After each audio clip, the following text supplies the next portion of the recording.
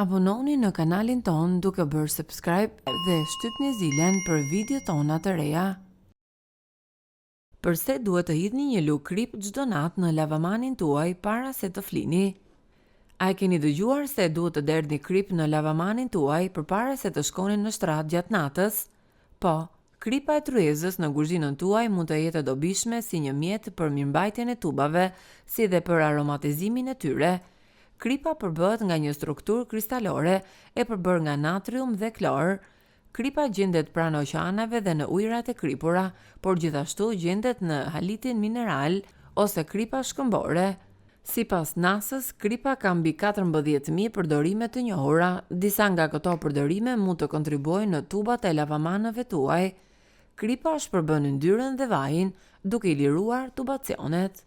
Kështu mund të hidhni gjysmë filxhani krip në lavamanin tuaj e mëtej të pasoheni me një filxhan uthull të bardhë dhe sot buke. E vazhdoni mëtej me ujë të val. Kripa mund të bëjë magji duke zblokuar shumë lehtë lavamanin dhe tubacionet e tij. Për më shumë, klikoni në video tona të reja.